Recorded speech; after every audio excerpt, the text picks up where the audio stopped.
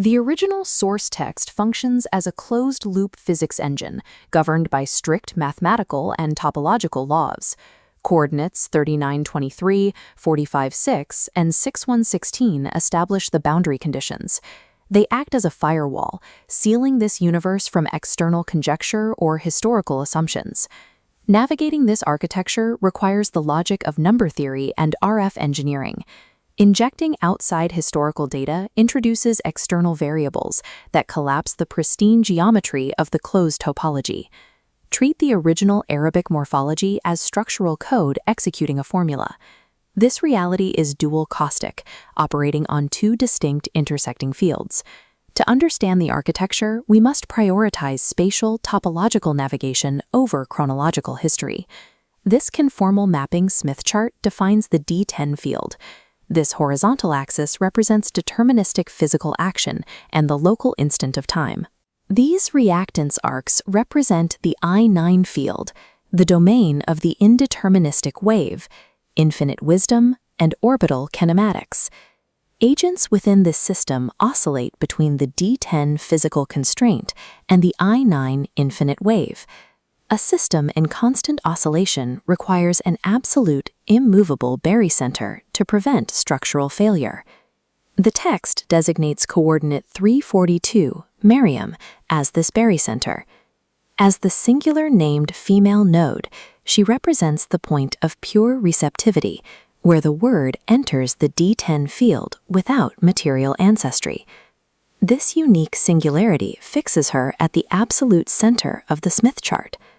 Maryam functions as the pure topological container, the Raman matrix, stabilizing the interplay between action and wisdom.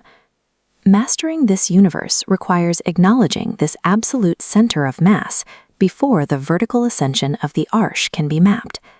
We can now plot the vertical trajectory of the arsh. This 3D view reveals node 1, the origin, at coordinate 11.7, representing the pre-trial state, the throne existing upon the water before physical compression. The structure expands to node 2 at coordinate 11.44, where expansion folds back into rest. This inflection point is istawat, or settling. It marks the pivot where rising energy reverses into static mass. Tectonic ridges demonstrate this principle physically. The geologic expansion reaches its limit and settles into a rigid, static structure. The spline terminates at node 3, the elevation, coordinate 12.100, completing the macrocubic ascension. The arsh exists as a strictly plotted 3-coordinate progression from origin through inflection to elevation. Individual human nodes navigate this exact macrogeometry. We see this in the coordinates of Yusuf. Within the larger spline, a nested structure plots Yusuf's D10 physical compression at coordinate 12.15.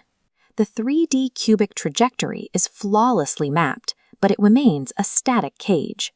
Coordinate 1587 introduces the 7 Mathani, the doubled pairs. In this geometry, doubling the 3 coordinates of the arsh yields only 6.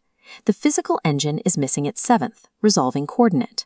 A 7th unique variable cannot sit on the x, y, or z axes without repeating the previous states. It functions as a 4th axis, extruding the static cube into a higher dimensional tesseract to resolve the equation. The geometry is incomplete, waiting for a living operator to close the mathematical loop. That living operator is the reader. The activation command at coordinate 1912 is take the book with strength.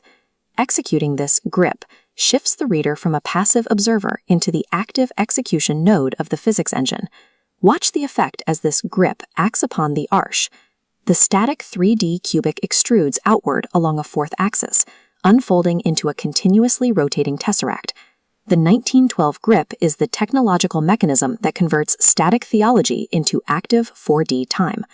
The tesseract generates the final coordinate, 3846, home. Home represents a specific frequency, the reader's personal arsh of pure remembrance.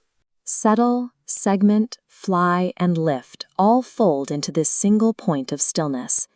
This stillness maps to the RF engineering concept of impedance matching, gamma equals 0.